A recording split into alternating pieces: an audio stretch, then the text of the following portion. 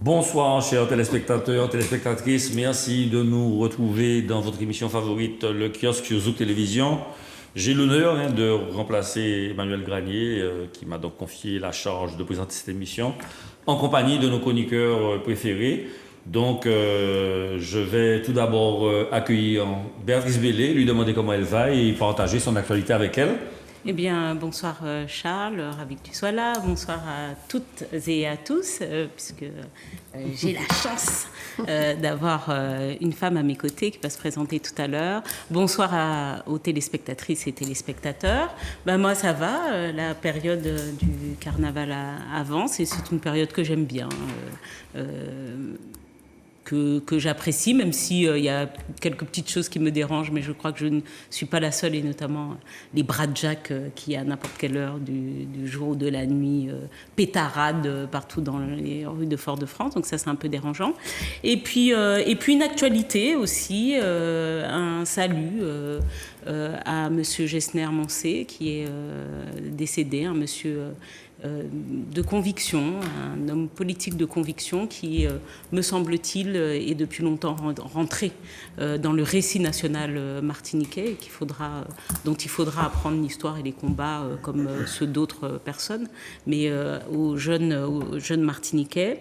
Une autre actualité qui fait lien d'ailleurs parce que c'est celui finalement de l'identité, de cette quête que nous pouvons avoir et de ce ressenti que nous pouvons avoir aussi parfois de ne pas être respectés pour ce que nous sommes et pour l'histoire que nous portons. Ben, c'est ce sondage d'Ipsos qui a été fait à la demande du CRAN. Donc le CRAN, je rappelle, c'est le Conseil représentatif des associations noires, qui montre que 9 afrodescendants, alors ils disent noirs, mais je vais aussi un jour développer sur ça, mais qui disent que 9 afrodescendants sur 10 disent avoir vécu des discriminations en France continentale particulièrement, du fait de leur couleur de peau. Donc c'est une augmentation par rapport aux études précédentes et notamment celles qui avaient été faites par le défenseur des droits, à l'époque Jacques Toubon, où on était plutôt à 6,5, 7 sur 10. Donc c'est un sentiment qui se fait de plus en plus prégnant dans la vie courante. Et je crois que la mise en œuvre aujourd'hui d'actions contre le racisme passera aussi peut-être par un verbal qui devra être différent, peut-être vulgariser le fait que nous sommes des afrodescendants et peut-être pas des noirs d'ailleurs, parce que finalement cette dénomination par des couleurs qui sont finalement peu véritables, qui ne nous ramènent pas vers une ethnicité, ce que nous sommes, notre culture, notre lieu de vie, mais par une dénomination portée par ailleurs par des personnes qui avaient besoin de discriminer, besoin de faire des différences, et peut-être aussi un facteur aujourd'hui qu'il faut que nous puissions étudier, sur lequel il va falloir, à mon sens, faire un pas et une vraie modification. Voilà. Très bien, merci beaucoup pour ton introduction et ta présentation, Béatrice. Marie-Laurence Delorme, merci d'être avec nous. Voilà, professeure de philosophie, je crois. Voilà, bien ça. Et qui nous rejoint donc pour partager un petit peu les points de vue de l'actualité avec nous. Et pareil, je vais te demander comment vas-tu et puis quel point d'actualité est-ce que tu aurais-tu présenter aux téléspectateurs avant de commencer. D'abord, te remercier, et puis remercier Zouk TV et Charles Samas qui présente l'émission, et puis saluer tous ceux qui sont autour de la table et la femme qui est à côté de moi. Je fais un grand salut, et puis à toutes les auditrices et auditeurs de Zouk TV.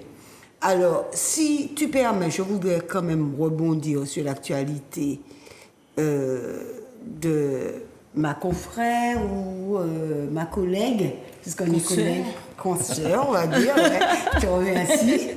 Alors, cette enquête, elle va dans le caresser le poil. C'est-à-dire que je ne sais pas si il manque pas quelque chose à cette enquête. La première chose, je pense que c'est pas tant que ça augmente ou pas, Parce que quand on regarde, c'est dans la sphère publique.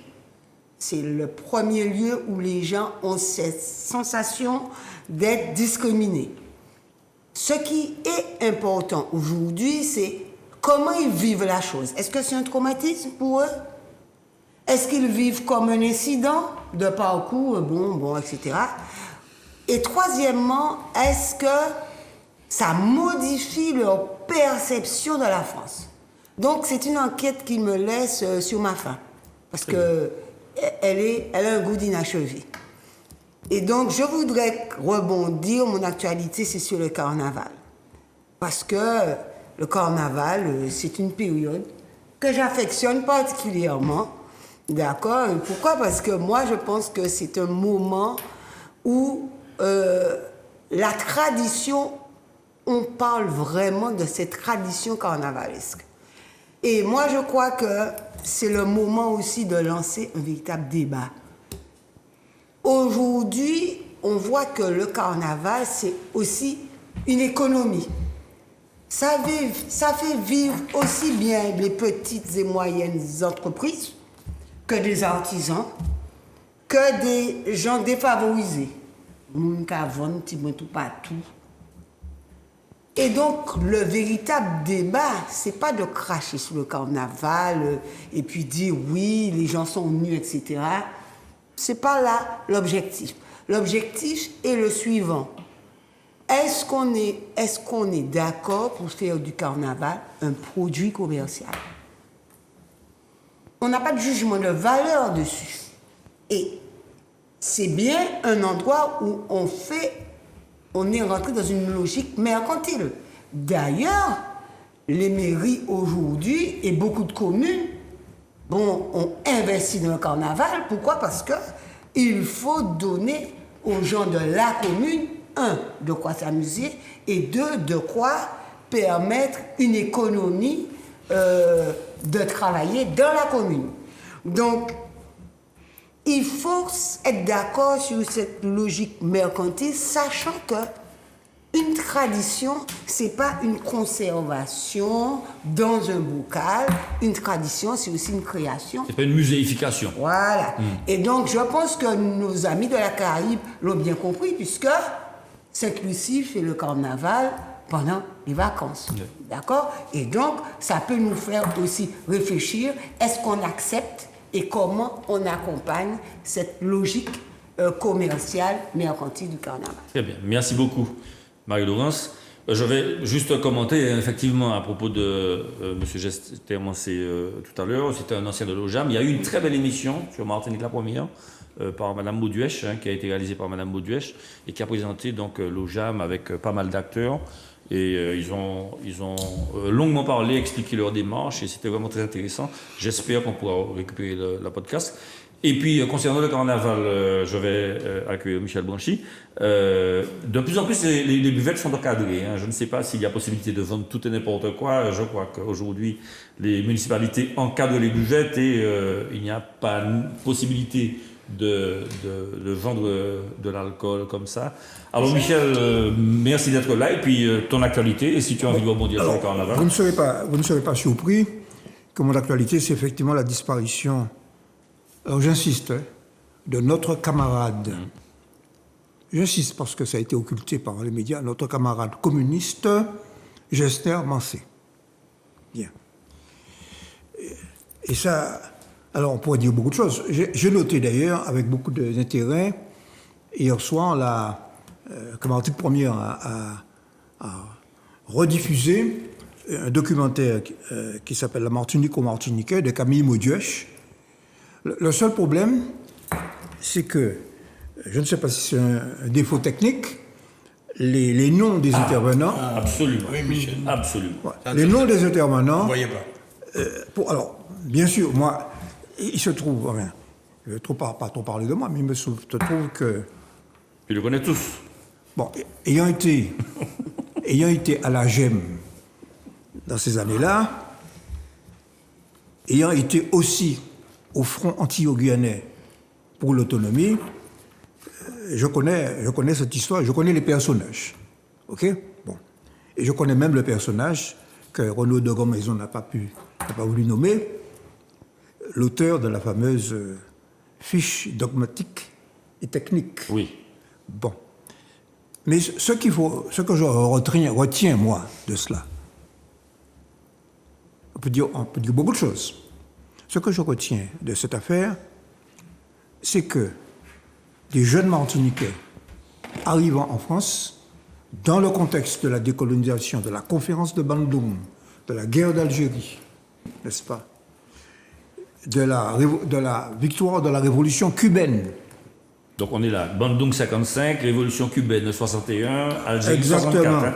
Voilà. Des jeunes Martiniquais se découvrent qui sont colonisés et qui ne sont pas français.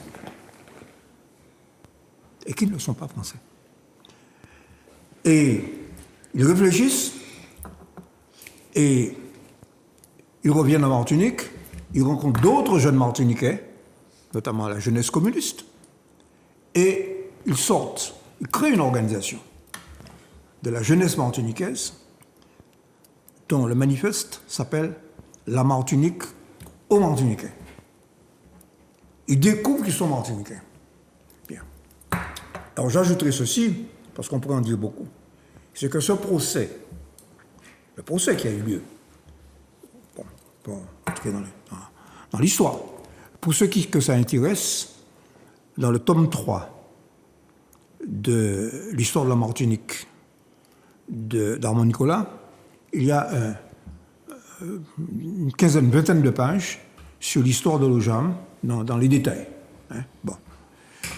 Mais ce qu'il faut, je crois qu'il faut retenir, c'est que le jugement, parce qu'ils avaient été inculpés d'atteinte à la sûreté intérieure de l'État et de complot, du point de vue juridique, bon, en utilisant des lois d'exception qui avaient été adoptées pour la guerre d'Algérie. Tout à fait. Bon. Autrement dit, le fait de revendiquer la gestion des affaires martiniquaises par les Martiniquais eux-mêmes était considéré comme un délit, comme un complot. Bon. Eh bien, il faut retenir que grâce à l'affaire de l'OJAM, aujourd'hui, d'autres peuvent demander l'indépendance, mais aujourd'hui, ce n'est plus un délit en Martinique et en Outre-mer, de revendiquer l'autonomie ou l'indépendance. Alors, je voulais te poser une question. Il y a monsieur... Oups, excusez-moi, c'est Le chrono. Le chrono, oui. Il y a un intervenant qui était médecin. J'ai reconnu docteur Rodolphe Désiré. Mais il y en avait un autre, je ne vois pas de qui. Alors, c'est Victor Joachim. Ah, voilà. Alors, voilà. Victor Joachim. Voilà. Victor Joachim, sa prestation m'a particulièrement intéressé parce que c'est un... Je l'ai connu, bon, à la GEM. Et c'était un type qui avait un parler très, très doux. Oui. Bon. J'ai vu ça. Alors, de sa prestation, je retiens la chose suivante. Il a été en Algérie, il a été médecin dans un village où il a constaté des visu le colonialisme, c'est-à-dire d'un côté le village, la partie du village des Arabes, et de l'autre côté Les pieds noirs. les pieds noirs. Bien. Et il rentre en Martinique, il rencontre des gens qui veulent rééditer en Martinique ce qui a été fait en Algérie. Et il leur dit, à sa manière, gentiment, non, la guerre révolutionnaire impose des contraintes, des particularités, etc., qui n'existent pas dans le contexte de la Martinique. Tu comprends? Oui. Et donc, il le dit non pas à partir d'une analyse comme on le faisait, nous, en lisant Lénine, Staline, Il l'avait vécu. l'État et la Révolution, Oui. ok? Mais il le fait à partir de son vécu, de sa pratique, Oui, de son de expérience. sa pratique. très bien, Bon, très bien. mais si tu veux, cette affaire de l'OJAM a une rupture dans l'histoire de la Martinique. Et dans la conscience. Et de la conscience. Oui. Et c'est la première manifestation de ce que j'appelais la conscience nationale Très bien. martiniquaise. Alors, merci beaucoup. Philippe Saint-Cyr, bonsoir, merci d'être là. Bien sûr, ton actualité, mais je souhaiterais quand même taquiner Michel par ton intermédiaire, parce que la doctrine de la Martinique aux Martiniquais, elle vient un petit peu de la doctrine Monroe, l'Amérique aux Américains. Bon. Ben, c'était ça. C'était ça, ben voilà. Non, mais c'était un clin d'œil. Ah oui, Michel, bon, mais voilà, allez, vas-y, Philippe. tu t'es servi de moi. Oui, et je me suis- dit l'autre.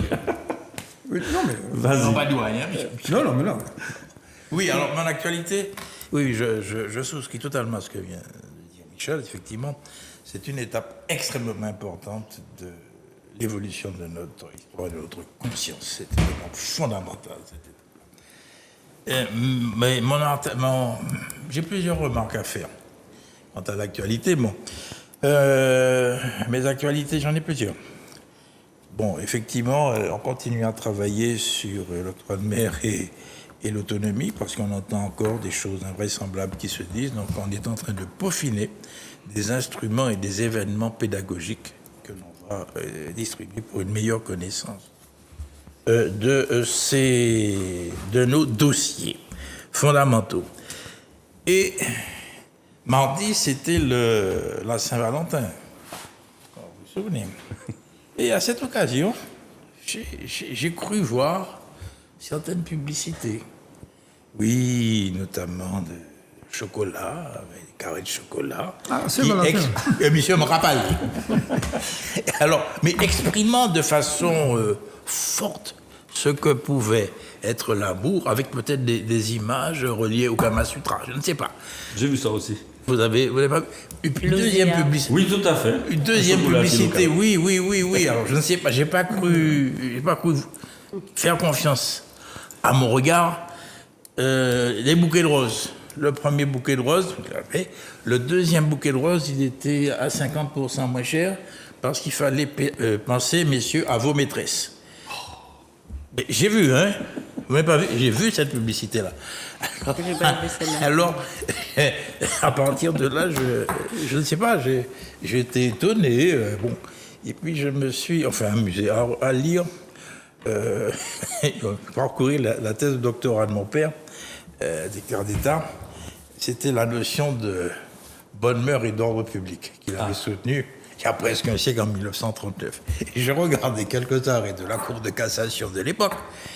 Et s'agissant des cabarets, les femmes ne pouvaient pas avoir un cache-sexe au-dessous d'une certaine superficie. Ok, c'était calculé, sinon. Au centimètre carré. Ah oui, les sanctions étaient extrêmement graves. Le contrat de claque, c'était absolument interdit. Je ne connais pas ça. Mais oui, le contrat de claque, c'est à l'occasion d'une première, en matière politique, peu importe, vous invitez un certain nombre de gens et moyennant paiement, on applaudit, on claque. Ok, d'accord. C'était absolument illégal. Bien, et puis il y avait aussi, j'ai lu des arrêts de la Cour de cassation, sur les lieux de rencontre. Faire la publicité de lieux de rencontre était l'objet de sanctions pénales extrêmement lourdes. Alors, bien sûr, ça fait un siècle.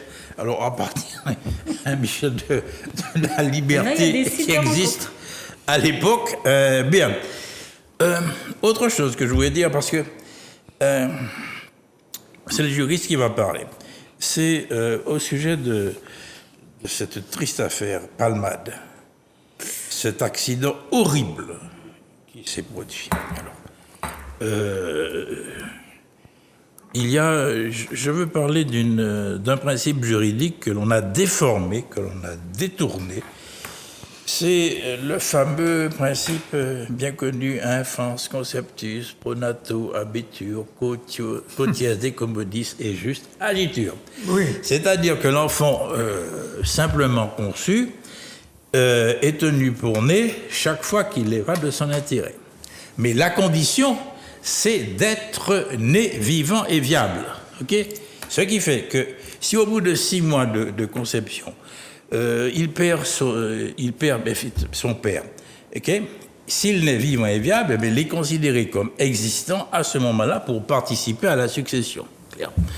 S'agissant de ce malheureux accident où l'enfant décède, n'est-ce pas, au bout de 6 mois.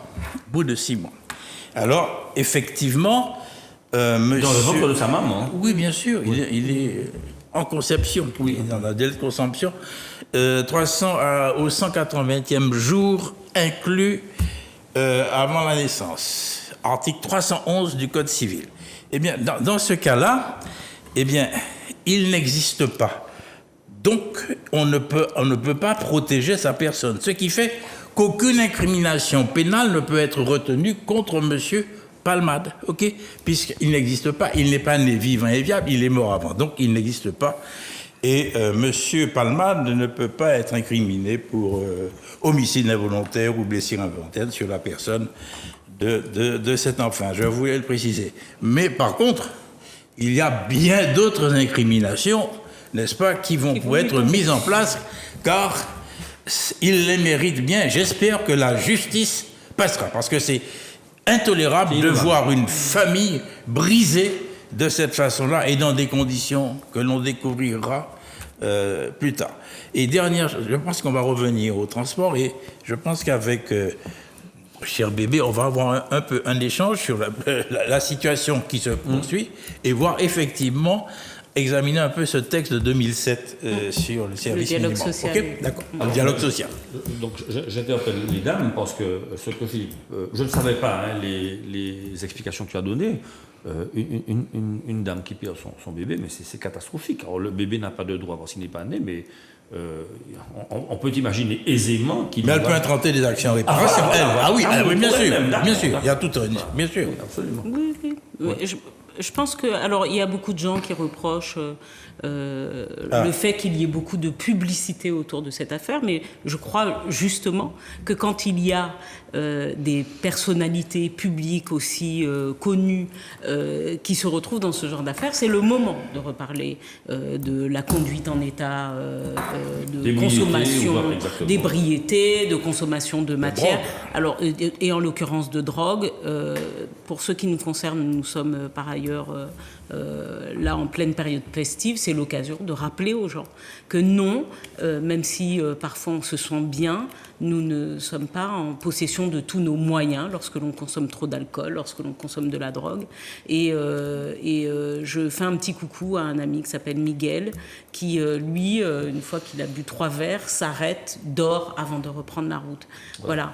Je crois que préserver la vie n'a pas de prix, la sienne, et puis singulièrement aussi celle qu'on brise. Je ne vais pas parler de cette dame qui s'était fait faucher sur le boulevard Bishop alors qu'elle était tranquille et piétonne. Elle s'est fait faucher par une moto. Elle a, le coupable prend 4 ans, elle prend une peine à vie de handicap. Voilà, c'est ça la réalité. Voilà.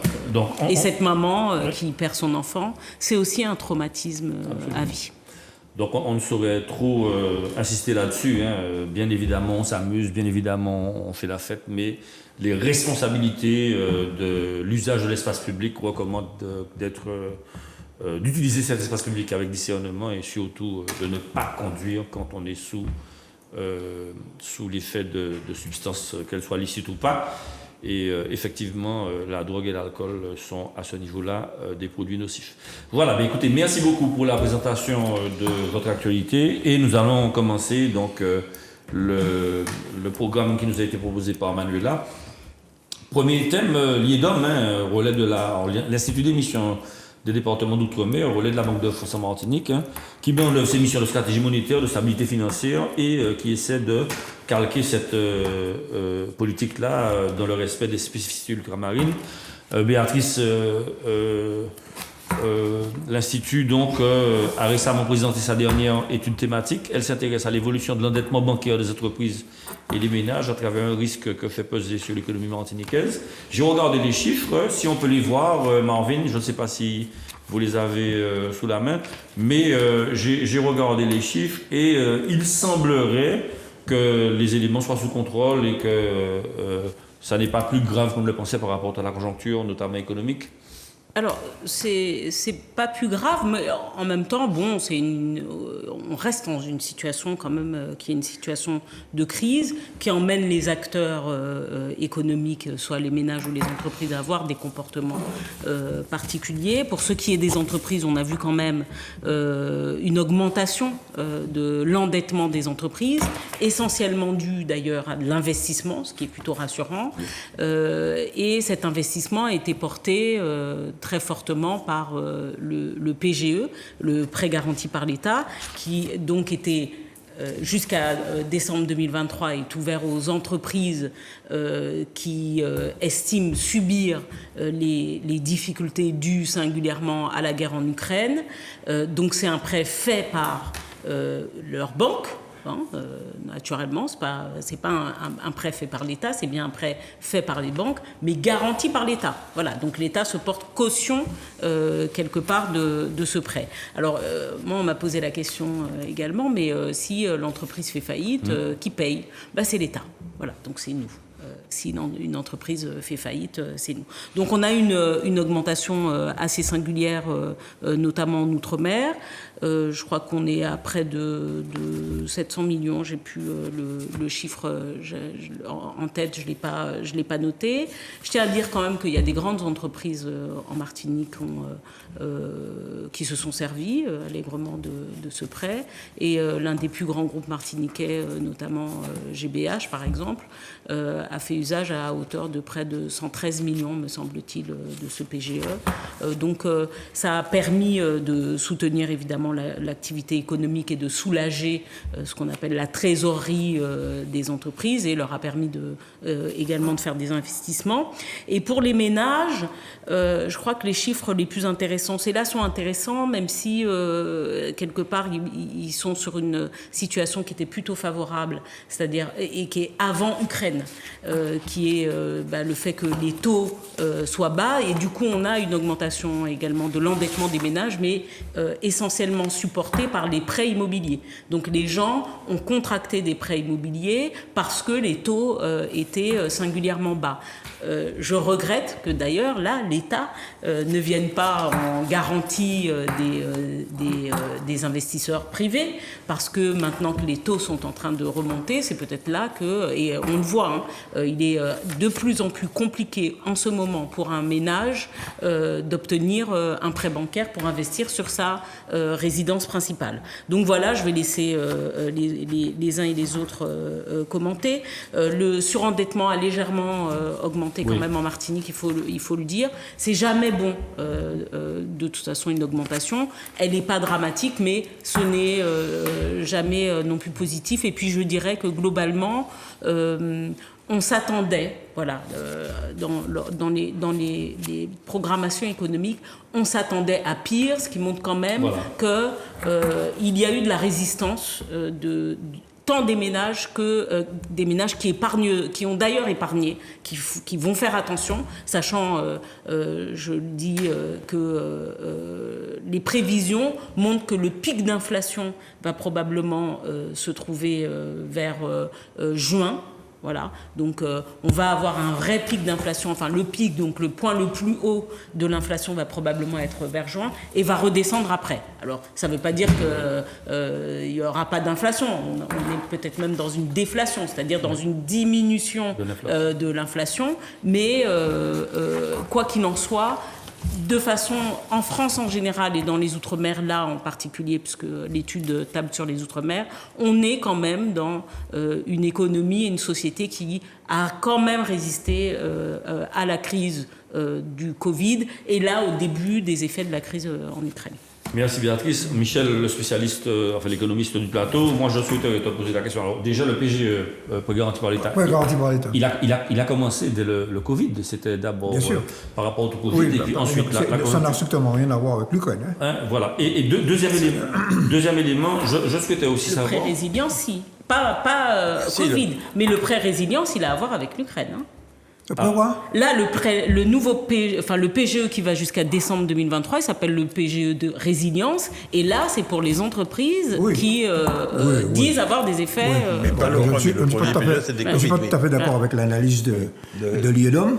Bon. Ah. Et donc, moi, la question que je voulais accompagner par rapport au thème, c'est de savoir si ce prêt garanti par l'État et cette consommation, que ce soit des ménages ou des entreprises, n'était pas un signe de relative bonne santé de l'économie martiniquaise. Bon, alors, il est certain que le principe même du PGE, ça a été l'endettement de l'État. Hein.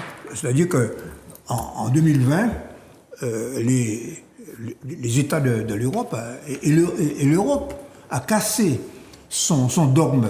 Ça tire au lion. Ça tire au lion. Parce que c'est ça, la réalité, jusque-là. Bon. Et ils ont fait ce que demandaient d'ailleurs les partis de gauche depuis très longtemps, c'est-à-dire de donner accès à l'endettement pour pouvoir faire la relance de l'économie. Bon, ça a marché parce que, effectivement, en France, il n'y a pas eu... il y a eu une récession. Il y a une récession de l'ordre de 6% en 2020. À la Martinique, il faut rappeler que la récession a été beaucoup plus faible. Elle était de 3,7%. Bon, et c'est la plus faible non seulement de la France, mais de tout l'outre-mer.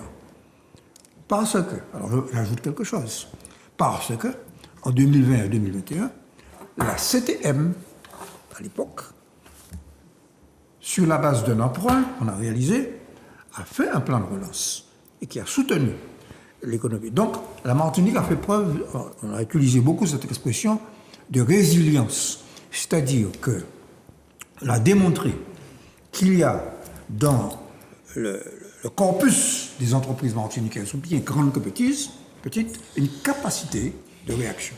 Bon.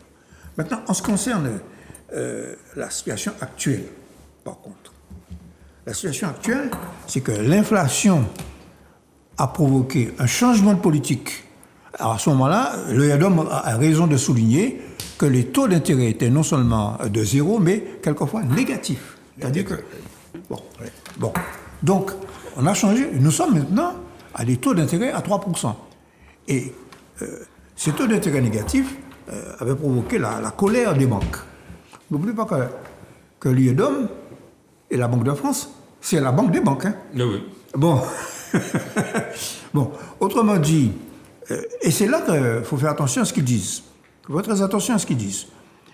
En réalité, nous sommes partis dans un cycle d'endettement qui est beaucoup plus sévère que pendant la période précédente, n'est-ce pas? Parce que toutes les banques centrales se sont alignées, notamment la Banque centrale européenne, ils ont augmenté leurs taux. Bon, la Fed, la Federal Reserve Board, c'est-à-dire la Banque centrale américaine, bon, elle surfe sur le privilège du dollar, que le dollar est une monnaie imposée, elle crée de la monnaie ex nihilo, bon, elle augmente, et le taux d'inflation aux États-Unis est de l'ordre de 9 à 10%. Pas oublier ça. Hein. Bon, en France, il est de 6%. Pour le moment, aux Antilles, la Martinique, il est de 4 à 5%. Et c'est vrai, comme dit Béatrice, on s'attend à un pic d'inflation. Il y a une espèce de décalage entre la France et ses territoires d'outre-mer. Et on peut, au milieu de l'année, supputer qu'il y aura un pic d'inflation plus élevé dans nos pays. Bon, voilà. Voilà ce qu'on peut dire. Mais alors, c'est vrai qu'il y a un surendettement. Il y a un surendettement qui augmente. Les Martiniquais ont beaucoup, les ménages martiniquais ont beaucoup investi dans l'habitat. Hein, donc, et ça, c'est intéressant parce que ça fait travailler les petites entreprises. C'est-à-dire que tu fais réparer un véranda, un toit, etc. Ouais. C'est des artisans. Tout à fait. Okay, voilà. Marie-Laurence, as-tu un commentaire à faire sur cette politique Oui, alors, je voudrais dire quand même 3 choses sur ce rapport de l'IEDOM concernant les entreprises et les ménages. Ce qu'on observe, c'est que d'abord, on observe une croissance de l'endettement des ménages comme des entreprises et en même temps, situation atypique, c'est-à-dire inhabituelle, une augmentation de la trésorerie et, on va dire, de l'épargne. Alors, comment expliquer ça et surtout, en même temps, l'endettement et l'augmentation de la trésorerie et de l'épargne. Alors, 3 points. Un premier point de méthode concernant les chiffres eux-mêmes. Les résultats, quand on les compute, sont plutôt globaux, tant au niveau des entreprises que des ménages. On aimerait quand même une approche comparative, c'est-à-dire quel type d'entreprise comme quel type de ménage. Ouais. D'accord ? Je prends le point sur la DRI, c'est beaucoup plus intéressant leur analyse que cette analyse. Donc, on ne sait pas de façon précise de quel type de ménage qu'on parle. Et le deuxième point, c'est un point conceptuel. C'est-à-dire qu'on nous parle d'économie martiniquaise, il serait temps qu'on puisse définir le périmètre, qu'est-ce qu'une économie fondamentalement martiniquaise. C'est-à-dire quel est son périmètre et qu'est-ce que ça recoupe. Donc, ce serait bien qu'on y réfléchisse sérieusement. Et le troisième point, c'est un point politique. Si les Martiniquais, si les entreprises ont de la trésorerie, les Martiniquais, ils épargnent. C'est que l'argent travaille. Cette épargne martiniquaise, où va-t-elle? À quoi elle sert? Et pour qui? C'est-à-dire qu'il y a des questions comme ça sur lesquelles il faut se pencher sérieusement. Merci beaucoup. Philippe, je te vois dubitatif. Ah oui, tu sais, moi j'apprends beaucoup ici. Je ne suis pas un économiste, je suis l'homme de l'économie politique à l'époque. Oui. Vous imaginez un peu. Mais ce qu'a dit notre ami là, ça m'interpelle effectivement. C'est l'écart entre l'endettement et l'épargne. Et comment peut-on expliquer ça? Sinon, je ne sais pas. Comment cela est-il possible? Comment expliquer cette contradiction apparente? Est-ce que c'est par l'économie informelle? Je dis n'importe quoi. Je suis un vulgum pécus. C'est du volume. Oui, mais quand même. Donc, il y a une augmentation de l'emprunt, donc du volume financier emprunté. Oui. D'accord. Alors que pour l'endettement, par exemple, on ne parle pas de surendettement, on ne parle pas de volume d'ailleurs, on parle de chiffres. En gros, on peut comptabiliser, puisque c'est à la Banque de France qu'on détermine la situation de surendettement. Souvent, c'est donc des personnes qui font la démarche de faire un dossier de surendettement. Donc, on est sur un nombre. Donc, cette comparaison n'est pas valable. Explique-moi. Ça n'a pas été comparé, là, dans l'étude de l'IEDOM. Il n'y a pas de comparaison. Donc, non, vous ne pouvez pas faire cette comparaison. On ne peut pas faire cette comparaison. Non. Très bien. Alors, pour revenir, puisque je veux vous solliciter, Béatrice et Michel, par rapport à ce que Marie-Laurence disait, en fait, l'économie, c'est quoi? Le produit intérieur brut, c'est la somme des richesses marchandes et non marchandes dégagées à l'intérieur du pays. Et le produit national brut, c'est la somme des richesses marchandes et non marchandes dégagées par les nationaux d'un pays, y compris vivant à l'étranger. Moi, je crois que cette notion de PIB et de PNB sont importantes. Par exemple, un pays comme Haïti, il aura un PNB, produit national brut, beaucoup plus fort qu'un PIB, parce que les nationaux du pays, les nationaux haïtiens qui vivent à l'étranger, par les remises, ramènent à peu près 33% des revenus de l'État haïtien depuis l'extérieur. Donc, ça pour la définition, mais pour revenir à cette notion d'économie-là, par rapport aux remarques de Marie-Laurence, Michel, décidément, j'oublie à chaque fois d'annuler. Michel, qu'est-ce que tu pourrais donner comme éclaircissement par rapport justement à cette économie? Comment peut-on calculer l'économie d'un territoire qui finalement n'est pas indépendant? En fait, voilà, c'est relativement simple. Ah, merci. Ça n'a pas toujours été le cas. Ce n'est que depuis à peu près une vingtaine d'années, sous l'impulsion des politiques de l'outre-mer, qu'on a demandé à l'INSEE de calculer le PIB des territoires dits d'outre-mer. Okay? Donc, dans un périmètre donné, il y a un certain nombre d'entreprises, elles sont recensées. Et donc, c'est un travail technique. Mais il n'y a pas que les entreprises, parce qu'un cours d'histoire-géographie, ça a aussi une valeur. Une consultation musicale, bien sûr. Tout ça a été évalué. Alors, tout ça a été évalué par les méthodes de statistiques de l'INSEE. Alors, ce sont les mêmes méthodes, d'ailleurs, qui sont utilisées. Elles sont standardisées sur le plan international. D'ailleurs, pour qu'on puisse faire des comparaisons, hein, l'Europe, Eurostat a standardisé ses méthodes, aussi bien d'ailleurs pour le calcul des prix. Hein. Bon. Donc ce n'est pas un problème. Le PIB de la Martinique, est, si vous voulez le savoir, il est de 9 milliards 700 millions d'euros. Bon, voilà. Bon. Maintenant, ce que je voulais revenir sur le problème de l'épargne. Le problème de l'épargne, voilà la courbe. Hein. Bon. Le problème de l'épargne, en 2020... C'est la période Covid. Bon, c'est le Covid. Voilà. Les gens n'ont pas dépensé, donc ils ont épargné. Donc voilà, c'est tout simplement ça. C'est tout simplement ça. C'est que les confinements... D'accord. Ok. Et ça s'appelle de l'épargne forcée. Tout simplement. Non, Mais Michel, on peut aussi, de fait, avoir une augmentation néanmoins de l'investissement, malgré le fait d'avoir une il y a eu un investissement décalé, notamment en matière d'habitat. Tout à fait. Bon, il y a deux grands secteurs dans l'épargne pour les ménages, c'est l'habitat et la consommation. Un peu moins. Alors, la consommation a diminué un peu. Bon, moi, je pense que ce n'est pas une mauvaise chose, parce que nous avons, pour reprendre ce que disait Marie-Rolande Delors, elle se pose la question, qu'est-ce que c'est que l'économie martiniquaise? Bon, là, on examine la situation dans l'endettement de l'économie telle qu'elle est aujourd'hui. C'est-à-dire un PIB qui est constitué à 70% par un secteur tertiaire, un secteur productif qui est de l'ordre de... Si on ajoute le BTP, l'industrie et l'agriculture, le secteur productif martiniquais est de l'ordre de 17 à 18%, alors qu'en France, il est de plus de 50%. Bon, c'est une économie mal développée, sous-développée. Bon, et par conséquent... Bon, et puis la dernière question qu'elle pose, elle est parfaitement justifiée.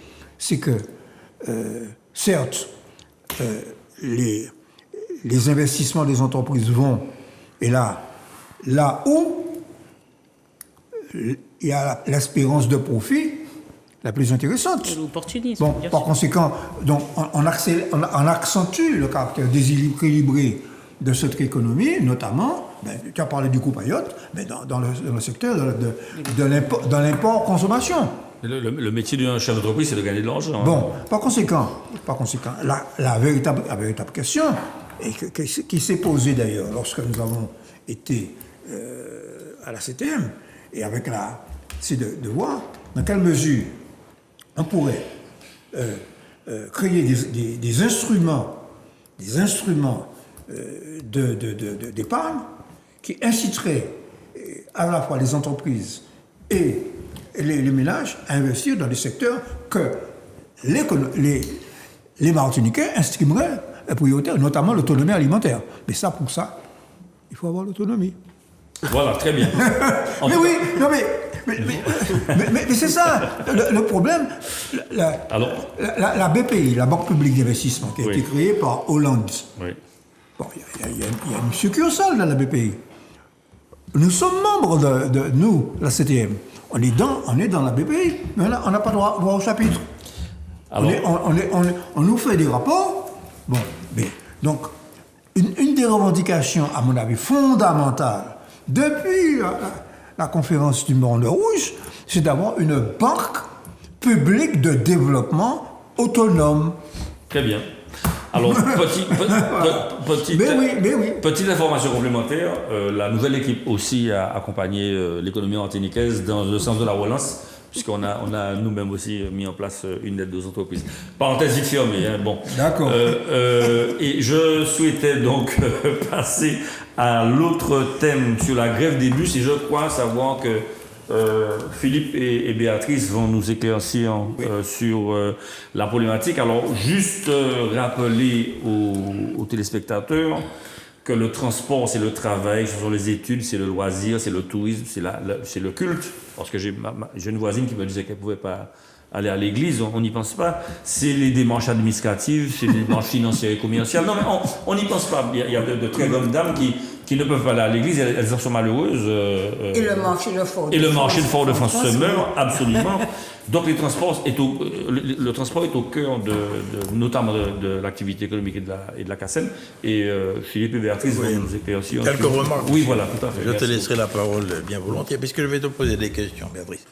Oui, sur Non, mais comment y a appliquer pas de les souci. textes, bon, et qu'est-ce qu'ils sont, effectivement, là j'ai fait un peu de droit, pour une fois. Ce que je veux dire, moi, ce qui m'étonne quand même, c'est que devant une pareille situation, j'entends très peu de gens se plaindre. Très peu, il n'y a pas de réaction collective. Et ça m'interpelle. J'entends, effectivement, j'ai eu plusieurs coups de gueule sur là, des personnes âgées qui se trouvent dans une situation terrible, n'est-ce pas? Ne pouvant pas aller se faire soigner, ne pouvant pas aller faire des courses, et elles appellent au secours. Et c'est une situation invivable. Et en même temps, je ne vois pas, je n'entends pas de réaction collective dure, absolument pas. Les gens se débrouillent, on n'a pas besoin de transport collectif. Il y a véritablement un problème extrêmement important qui se pose à ce niveau-là. Et je trouve ça extrêmement inquiétant. Et qui perdure. Hein. Alors, c'est rare, les jours où il n'y a pas de grève des transports. Bien, alors là, oui, bref. Mais alors, oui, Béatrice, on avait discuté la dernière fois, oui, sur la loi de 2007, et qui organisait un service public. Elle n'organise pas, je me suis penché sur le texte. En fait, le dialogue social. Je vais te... Mais bon Dieu. Mais je vais te céder la parole, bébé. Eh bien, et je me suis penché sur le texte puisque je suis entré dans une voie en disant, si effectivement le service public minimum existe, et que la loi n'est pas appliquée, allons immédiatement, avec un collectif, n'est-ce pas, devant les tribunaux administratifs, pour faire appliquer la loi. Eh bien non, c'est pas aussi simple que ça, parce que j'ai vu que cette loi de 2007 prévoit qu'un niveau de service minimum peut être instauré en cas de grève, etc. Peut être instauré. Et pas de caractère obligatoire. Par contre, effectivement, il y a deux obligations. Une obligation pour les salariés, n'est-ce pas, de déclarer la grève 48 heures à l'avance, et l'entreprise qui doit élaborer, à partir des informations qu'elle a, le service de transport. Mais, en aucun cas, le texte n'organise le service minimum. Cette loi n'a pas d'effet contraignant. Okay, et j'ai vu qu'il y a des propositions de loi, de la droite d'ailleurs, parce que c'est la droite qui avait instauré Sarkozy, de Retailleau, de Retailleau et Ciotti, pour rendre cette loi plus contraignante. Alors c'est ce que je veux dire. Moi, je pense que Béatrice a la même opinion que moi. Cette loi n'est pas contraignante pour l'organisation d'un service minimum de transport. Elle le dit elle-même. Peut organiser. Sauf convention. Sauf convention. Alors, la contrainte du service minimum est une contrainte contractuelle. Bon. Mais qui est, à dire, prévue, dans la loi, qui est la loi du dialogue social et de la continuité. C'est pour ça que je disais dialogue social. C'est la loi du dialogue social dans les transports, et la loi du dialogue social et la continuité du service public dans les transports. Absolument. C'est un équilibre évidemment particulier à trouver entre le droit de grève et la continuité du service. On voit néanmoins, alors je rassure tout le monde, et c'est pour ça que je dis qu'il y a peut-être matière, tous les contrats, en tout cas tous ceux que j'ai eu l'occasion d'aborder, qui sont des documents publics, soit dit en passant. Convention entre qui et qui? Les conventions entre les exploitants privés aujourd'hui et l'autorité organisatrice des transports, qui courent là en ce moment, ont un article actuellement qui prévoit... Ici. Oui. Qui prévoit la continuité du service public. Alors normalement, ça renvoie à une annexe qui doit détailler, après dialogue, les conditions dans lesquelles ce service public doit être mis en œuvre. D'accord ? Mais toutes les conventions prévoient la continuité, ont un article qui prévoit la continuité du service public. Bon. Ce qui veut dire que la contrainte existe, elle n'a pas possibilité été... de contrainte. Non, elle existe puisqu'elle est contractuelle. Non, mais elle est contractuelle. Elle existe dans le contrat. Dans la Mais mesure où la convention existe. OK. Et Non, d'abord, mais il faut un dialogue au niveau Tout de à la fait. convention. Non, mais c'est- Donc, il y a beaucoup, n'est-ce pas, d'étapes. Mais bien il sûr. peut y avoir un fait fautif de l'entreprise, un fait fautif de D'accord. l'entreprise, Oui. si dans le contrat que la collectivité a avec une entreprise, elle dit qu'elle pose l'exigence d'un service minimum en cas d'interruption due à un fait de grève. Bon, et que l'entreprise doit, dans un délai qui est celui-ci, présenter le plan de transport minimum. Bon, il se peut que, 1, l'entreprise ne l'ait pas fait, que 2, la collectivité ne l'ait pas réclamé, mais le contrat n'empêche que l'administré ou l'usager peut se prévaloir de ce que dans la convention, il y a bien un article qui prévoit une obligation contractuelle de mettre en place du service minimum. Deuxième chose que j'ai fouillé, parce que c'est vrai que j'avais fait un certain nombre d'affirmations. Il est rare, même si on l'a vu, il est rare que les préfets fassent des réquisitions dans ce type de situation. Pourquoi ? Parce que dans ce type de situation, même lorsqu'elle dure, on considère que les préfets ne veulent pas se mouiller parce que la sécurité de l'État, la sécurité de l'ordre public, oui, de l'ordre public. n'est pas remise en cause. D'où le fait, en effet, que là, c'est plutôt calme, donc il n'y a pas... En revanche, l'entreprise ou la collectivité qui voit son dépôt bloqué peut demander... Un déblocage. Par la force... Jugé oui, par par la force faire un publique. jugement, oui. D'accord ? Ordonnance. Bon. Parce que le droit de grève, c'est le droit de ne pas travailler. Oui. Bon, est-ce que c'est le droit aujourd'hui d'obstruer un lieu où certains veulent aller récupérer des véhicules? D'accord ? On n'est pas dans la même chose. C'est-à-dire que là, on est hors du droit, et je suis une syndicaliste, on est hors du droit de grève conventionnel tel qu'il s'exerce, c'est-à-dire que c'est pas sa force de travail qu'on met à l'arrêt, on empêche une activité de se faire. Et là, c'est la citoyenne qui parle. Et je parle aux personnes qui ont décidé de faire ça. Et je leur dis simplement que c'est normal qu'ils soient en négociation avec leur employeur pour un certain nombre de choses. Je l'ai dit la semaine dernière, en revanche. Je le dis et je le répéterai en tant que de besoin. Ce qui a été créé dans le centre est une bombe à retardement. Voilà. Ce qui a été créé avec le réseau Mosaïque, les co-traitants, les sous-traitants, la CFTU, les salaires versés qui étaient différents déjà entre les gens de la CFTU, les co-traitants, les sous-traitants, c'est une bombe à retardement. C'est-à-dire que de toute façon, cette situation va emmener de façon en cascade à chaque fois des nouvelles situations de blocage, parce que il y a les salariés de la CFTU qui bénéficient, on va dire, à l'époque de leur proximité et de leur quasi-statut de fonctionnaire, d'ailleurs, ont bénéficié de gros avantages qui ne sont pas, d'ailleurs, réplicables sur la totalité des réseaux de Martinique. Nous n'en avons pas les moyens. Il faut quand même le dire, nous n'en avons pas les moyens. Et donc, là, précisément, je les appelle à la raison, parce que je pense à Christian, qui m'a abordé d'ailleurs à Fort-de-France cette semaine. Il y a des gens, c'est pas des caprices, il y a une espèce de sidération. Les gens sont sidérés aujourd'hui, c'est ça qui fait qu'ils vont pas tout casser et qu'ils ne manifestent pas dans la rue. Ils en ont marre, ils sont sidérés. Mais Christian, qui est un monsieur en situation de handicap, me dit, voilà, moi j'ai un problème à la jambe qui s'aggrave parce que je ne suis pas en capacité de prendre les transports pour aller faire mes soins.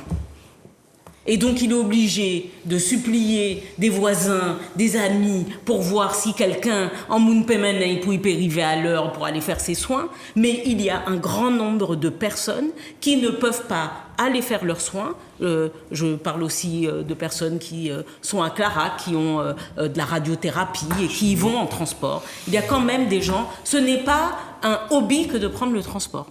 Voilà. Donc je rappelle quand même à ces personnes-là qu'il y a peut-être vocation quand même un peu à desserrer les taux là pour permettre un service justement minimum, même s'il n'est pas clairement organisé, mais qu'un minimum de services puisse se mettre en place. Marie-Laurence, du point de vue de l'éthique, Oui. parce que c'est un petit peu de ça qu'il s'agit. Hein. C'est pas une question d'éthique seulement, c'est une question de vie. À partir du moment où on pose la question des transports, on pose la question de la circulation libre des gens. Et je voudrais faire une première remarque. Quoi qu'en disent les syndicats, ce sont les catégories les plus modestes, les plus fragiles qui pâtissent de cette situation. C'est pas admissible. Quand on regarde l'année dernière, il y a eu 11 arrêts. 2022, il y a eu 11 arrêts de transport. Le transport a fonctionné de février à mai. Ensuite, à partir de novembre, septembre, il y a eu des arrêts répétitifs.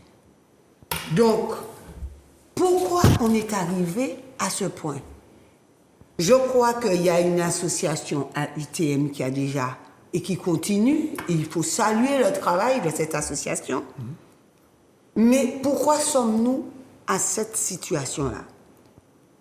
On paie en réalité 3 choix à courte vue de l'idée foyalaise. Le premier choix à l'époque, ce sont les conventions à risque et péril jet cetus. Ils ont contribué, en quelque part, à conforter, on va dire, une culture de la débrouillardise des différents transporteurs. Ça a conforté. Donc, quand je peux, le dimanche, je mets un car, je mets 2 cars. Résultat du compte, premier choix à courte vue. Deuxièmement, il y a un refus d'aller à contre-courant de l'individualisme des transporteurs. Et en imposant au groupement des règles salariales que aucune entreprise ne peut, en quelque part, s'y soumettre. Est-ce que c'est possible de mettre tout le monde au même niveau? Il faut mettre carte sur table. Hein? À partir du moment où on avait prévu une catégorie, eh ben, il faut l'étendre. Le peut-on, c'est aux autorités. Bon, voilà. Et troisième chose, c'est la soumission à l'économie de l'automobile qui conduit jusqu'à présent à des solutions individuelles. Et c'est ça. Plutôt que d'un transport collectif.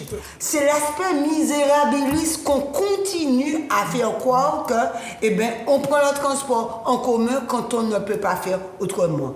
Il ne faut pas nier qu'il y a 70% des foyers qui ont une voiture individuelle. Et qu'il y a 30% de gens qui peuvent prendre les transports. Mais même si on a 70%, a-t-on le choix? Aujourd'hui, la question du transport, c'est avoir le choix de prendre ou de ne pas prendre sa voiture. Ça, on n'a pas ce choix-là. Pourquoi? Parce qu'on a privilégié l'individualisme. Et on nous demande, on demande aux usagers d'être plus combatifs. Encore faut-il que ceux qui sont à la charge puissent reconnaître qu'il faut changer ce type de groupement. Si on laisse pareil, eh bien, ça fait déjà, on a changé de collectivité, etc. Les mêmes problèmes. Ben pourquoi? Parce que pour les 3 raisons que j'ai évoquées. Très bien. Donc, il faut prendre les choses à bras le corps. Alors, Michel, je vais te faire... Bon, pour nous indéfini qui n'engage pas grand monde, quoi. Donc, non, mais bon, à sa manière, Marie-Laurence a bien situé l'historique de cette situation. Bon. Alors, la question qu'on peut poser, est-ce que d'autorité comme ça, on peut trancher en baissant les salaires des uns Et voilà la question. pour permettre aux Clause du autres... grand-père. Moi, je dis non. Bon. Ça peut être la clause du grand-père. J'ai jamais parlé de baisser les salaires. Hein. Moi, je dis non. On peut estimer. Est-ce que tu vas rehausser le salaire de tous? Bon, on peut estimer, parce que dans ces conditions, on peut dire aussi, bon, les fonctionnaires sont des privilégiés, puis on supprime les 40%. Non. Non, laissez-moi finir. c'est une question. Laissez-moi finir. Laissez-moi finir. Bon. Par conséquent, ce n'est pas la première fois que dans un pays, on connaît ce phénomène, les syndicalistes appellent ça le phénomène d'aristocratie ouvrière. C'est-à-dire que des travailleurs qui sont bien placés dans des rapports de force, parce que le salaire se détermine par un rapport de force. Le niveau du salaire se détermine par un rapport de force. Bon, c'est pas par hasard qu'en France, bon, eh ben, les salaires aussi des transports, les travailleurs on peut obtenir notamment des régimes spéciaux de retraite. Et puis la SNCF, ils sont bien payés. Hein. Bon, ben voilà. Bon. Donc par conséquent, et puis, il y a d'autres secteurs. Tous les travailleurs du pétrole, dans tous les pays du monde, y compris dans la défunte URSS, les travailleurs du pétrole étaient mieux payés que l'ensemble des autres travailleurs. Bon. Les fonctionnaires dans la fonction publique, et les fonctionnaires des finances qui sont proches de la recette, ils ont des primes. Il paraît que la douane, c'est encore mieux. Bon. Par conséquent, mais c'est une loi du capitalisme, camarade. C'est le rapport de force. Bon, alors, on a créé l'autorité unique du transport. C'est un pas. Bon, mais qui a récupéré tout ça. Martinique Transport, c'est ça.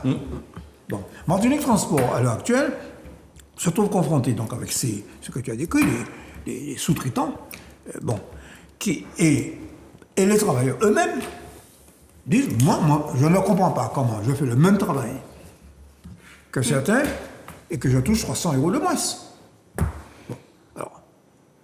Alors, d'après ce que je sais, il est certain que Martinique Transport essaie de négocier. Ah oui. Essaie de négocier. Il se trouve en plus que le patron de cette entreprise s'appelle Rapide. J'oublie son nom. Enfin bref. David Bernard. Rapide du Centre. David Bernard, Rapide du Centre. Rapide du Centre. Le patron de cette entreprise, en plus, il donne des rendez-vous aux travailleurs, et puis il n'en vient pas, etc. Bon, c'est beaucoup arrangé. Mais oui, il ne vient pas peut-être parce qu'il n'a peut-être pas les moyens de satisfaire les revendications, peut-être.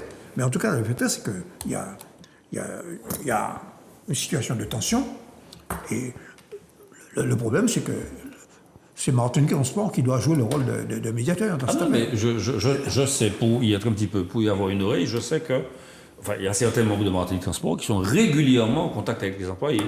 Et effectivement, il y a une difficulté de... Oui, mais bon, David Zobdan n'était pas ici. Non, mais du Viragé, il y allait. Hein? Du Viragé, il y allait. Et ils ont une réunion cet après-midi. Ah ben voilà. Enfin, la cagnotte n'est pas... En tout cas, la cagnotte n'est pas hyper extensible. Tu parlais du coût dernièrement. Voilà, c'est tout. Non, mais je pense que c'est une question qu'il faudra... À mon avis, il faudrait trouver un accord. Je me permets de faire une suggestion. Comme de toute façon, il n'est pas question d'enlever aux travailleurs ce qu'ils ont conquis. Moi, je pense que... parce personne n'y que... pense. Je profite de l'occasion parce que notre débat d'hier, de la dernière fois, pouvait laisser penser ça. Hein. Oui. Bon. Non. Je ne sais pas par qui, mais... Bon. Ce qu'il faut, c'est trouver un accord qui permette le rattrapage progressif, pas d'un seul coup, rattrapage progressif des écarts de salaire. Parce que je pense qu'on a trouvé à peu près un accord sur la question de la cage de protection, là, qui demande une cage de protection contre les agressions. Oui, bien sûr. Bon. Mais c'est ça qu'il faut. Il faut aller vers cela. Bon. Et puis, une fois qu'on a réglé ce problème, eh bien, trouver un moyen de manière contractuelle, comme tu le dis. Bon, même si ce n'est pas une obligation dans la loi, trouver un moyen d'instaurer La convention existe. service minimum. Très bien. Bon, mais je pense que c'est par la négociation. Mais oui, mais oui. Évidemment. C'est par la négociation Mais- qu'on peut parvenir à ça. On peut également, je pense, dans certaines conditions, et la nôtre, je crois qu'il faut qu'on se regarde en face. Hein, c'est pas lorsqu'on a affaire à Total, on est intransigeant, d'accord. On peut dire le gars fait 23 milliards de bénéfices, bah nous l'argent, monsieur, pas rester là. Par contre, quand on a affaire à le bien petit patron. martiniquais. Non, le bien martiniquais, parce que le patron, il est payé par Martinique Transport. Et Martinique Transport, c'est nous, c'est le service public, qui est juste délégué. Bon. On doit penser efficacité, fiabilité, juste prix pour tout le monde, parce que on doit pouvoir payer le juste prix. Je le dis, et je le répète, ce qui s'est passé, quand je dis qu'il y a des personnes qui sont payées 35 heures et qu'en font 25, je suis désolée, là on n'est pas aussi dans le cas d'une égalité. Bon, alors si des personnes ont réussi à avoir des avantages salariaux, moi je préconise jamais qu'on diminue les salaires des gens. D'ailleurs, peut-être qu'ils ont pris des engagements personnels, enfin qu'importe. Mais yochebe, yojani. Bon, alors soit on les fait d'ailleurs travailler pour ce pourquoi ils sont payés, et suffisamment, mais je crois que même là, il y a des difficultés maintenant dans l'ancienne CFTU, parce qu'il semblerait que maintenant, on se rend compte qu'il y a peut-être un peu trop de gars. Hein, si on les fait tous travailler finalement aux 35 heures, bah, il y a beaucoup trop de monde. Mais tout ça, soit on fait la clause, je finis, soit on fait quand même la clause du grand-père, c'est-à-dire qu'on dit, qu'on met en place une convention collective des transports en Martinique. Bon. Ceux qui ont bénéficié à un moment d'un certain nombre d'avantages, notamment salariaux, les gardent évidemment, mais il va falloir à un moment que tout le monde, chauffeur, il faut penser à la retraite. qu'un chauffeur, qu'il se trouve dans le sud, qu'il se trouve dans le centre, qu'il se trouve dans le nord, qu'il fasse des grandes lignes, il y a des conventions collectives. Il y a un moment où moi je veux bien qu'on soit toujours dans des particularités, d'accord, mais on ne peut pas être hors de tout droit non plus et faire en sorte quelque part, qu'à chaque fois, ça soit au petit bonheur la chance. Mais encore une fois, parce qu'on peut se faire plaisir intellectuellement, on peut se faire plaisir politiquement, mais comme l'a dit Madame Delors, les principales victimes, et c'est toujours la même chose lorsque le transport est défaillant, mais en général quand le service public est défaillant, ce sont encore les plus petits, les moins argentés, les plus fragiles, qui sont les premières victimes, parfois, de nos des vagues à l'âme. Oui, de nos vagues à l'âme, mais parce que, évidemment, ici, et je l'ai dit la dernière fois, on est quand même tous de gauche, et donc on a une affection pour le service public, on a un intérêt, on a quelque chose pour l'intérêt général, mais je crois aussi que la responsabilité et la majorité à laquelle Michel appartenait se revendiquait d'être d'ailleurs dans la bonne gestion. On a cette obligation également de faire dans l'intérêt général avec les moyens qui sont les nôtres et de faire au mieux pour que ça touche un maximum de nos concitoyens. Bon, Philippe, un dernier mot et puis on passe. Un dernier mot. Non, effectivement, on a beau parler, mais il y a une vérité. Il faut être autour de la table et négocier. Et voilà. D'accord. Il n'y a pas d'autre solution que ça. Vous pouvez envoyer tous les mots, toutes les phrases. Ben voilà. Mettons les dossiers Tout à fait. et on discute. On est d'accord. Nous sommes d'accord. Mais je ne vois pas d'autre solution que celle-là, Michel. Mais bien sûr. Je t'assure. Et puis en même temps, il faut te dire, il n'est pas question de régler ce problème de seul coup. Non, il faut faire un rattrapage progressif. Bon, alors, bien sûr, dans l'entreprise, on peut commencer dans le centre. Bon, c'est bien d'imaginer qu'on fasse une grande action collective, le sud, le nord, etc. Mais je pense qu'il faut être pragmatique. Il faudra y arriver. Mais non, Faut être mais non, pragmatique. parce que le droit est bête et méchant. Et la réalité, c'est que quand on est une autorité organisatrice, on a ce devoir de... Ça, c'est bien. Oui. On est comme ça. Non, On a le droit pratiqué bébé. C'est ignorer les réalités. bien sûr, C'est ignorer les réalités. jusqu'à ce que ces personnes, d'ailleurs, qui seront bien averties de le faire, se réfèrent aux droits auxquels nous C'est une autre répondons. étape, bébé. Eh ben oui. C'est une autre Eh ben étape. oui. D'abord, Oui. mettons-nous autour de la table Mais et ça, je allons-y. suis d'accord. Pour le Je suis moment, c'est le d'accord. problème du Bon, centre. Je suis et d'accord. n'essayons Non, pas, il n'est-ce dit, pas, de se le mettre en reste valeur du territoire. par rapport à l'autre. Bah oui, le reste du territoire Calme. se manifeste. Du Donc, calme, s'il vous plaît. Eh oui. Du calme, j'ai pas Non, l'habitude mais de on- participer à ce type, n'est-ce pas, d'échange. C'est clair, c'est net. Oui, Ok. on garde. Oui, absolument. On garde le calme. garde le Tout le calme. monde est calme. Et Mais, le pragmatisme veut effectivement qu'il y ait la Bien. négociation d'une première étape et puis ensuite voir. bien ce qu'on va. sûr, bien sûr. Alors, Personne autre, n'exclut ça. oui, autre thème. Non mais par contre, excuse-moi, oui. arrêtez les deux d'ailleurs que vous êtes de fantasmer l'idée que je ne serai pas pour la négociation. Je crois l'avoir dit. Non, mais je n'ai pas mais entendu je le ça. dis Non, parce pas. que on veut me faire la leçon. Non, Bon, non, alors non, je le dis Béatrice, et je le non. répète parce que je l'ai déjà dit la semaine dernière. Oui, il faut évidemment de la négociation, mais je crois qu'on se permet dans cette émission d'avoir un peu de perspective et je dis que la perspective, elle va pour une autorité organisatrice unique sur l'entièreté du territoire. Point. Voilà. Non, voilà, cher c'est bébé, très je calme. te réponds. Il n'a jamais été question, n'est-ce pas, pour moi, d'envisager que tu n'étais pas pour la négociation, ok?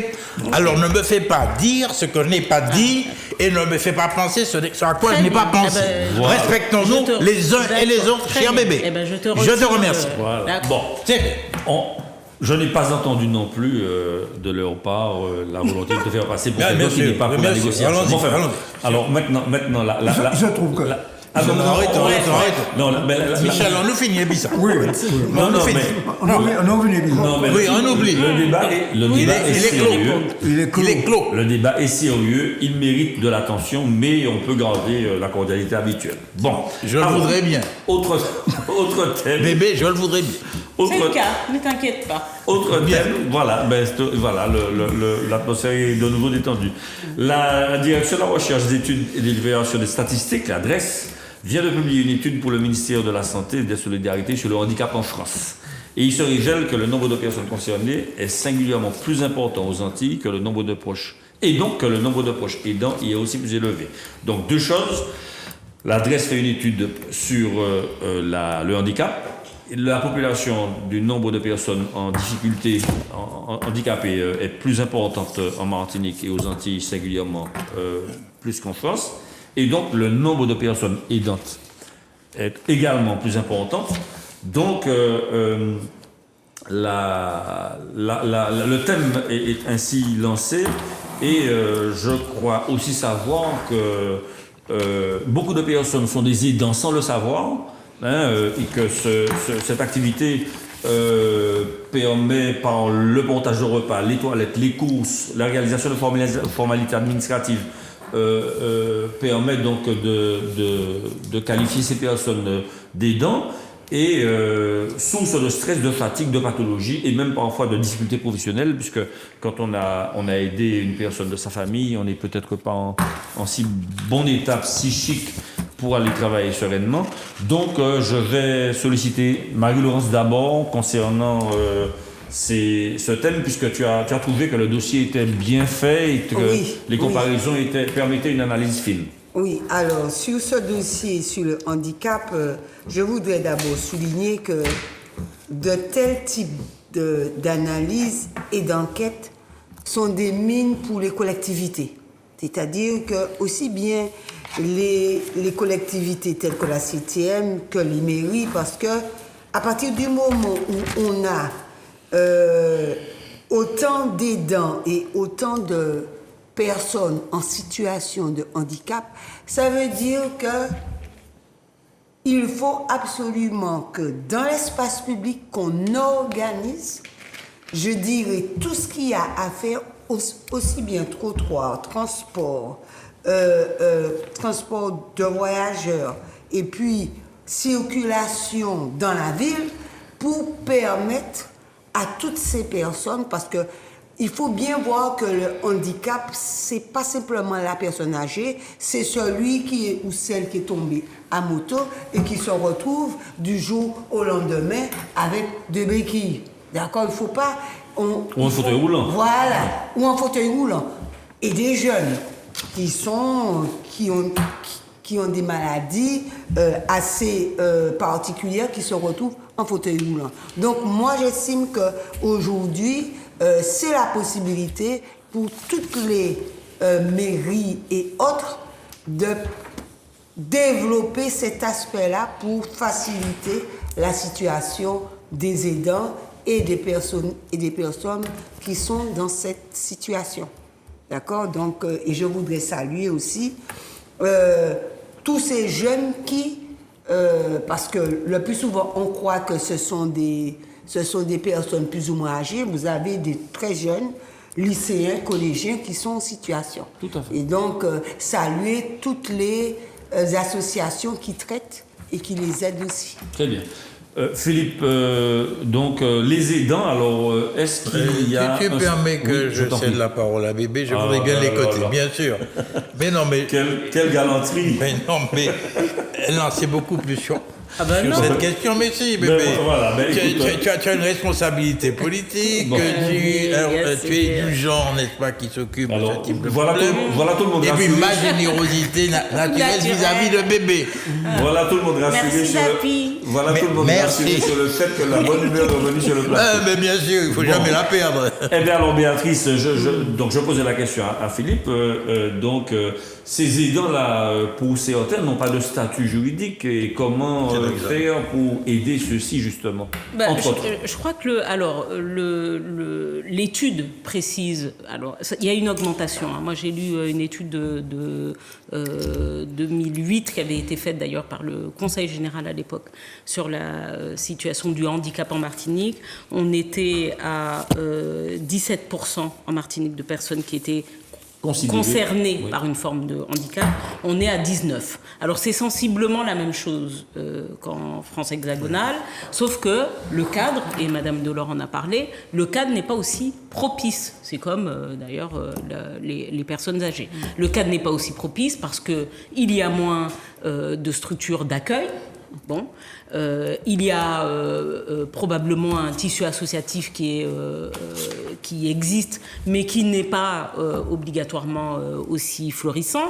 Il y a une topographie qui fait également que les personnes sont assignées quelque part à résidence parce que, sauf à habiter au centre-ville et à un rez-de-chaussée, et encore, eu égard au trottoir, c'est vrai que leur circulation est pénible.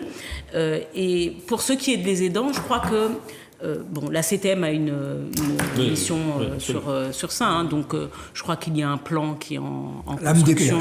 Voilà, par la MDPH, mais je crois qu'il y a un plan aussi relatif à l'autonomie et des personnes âgées et des personnes en situation de handicap qui est en construction. Je crois qu'il va vraiment falloir en effet avoir un regard très particulier sur les aidants, pour la simple et bonne raison que souvent, le pire, c'est que les aidants partent avant le malade. Oui. Voilà.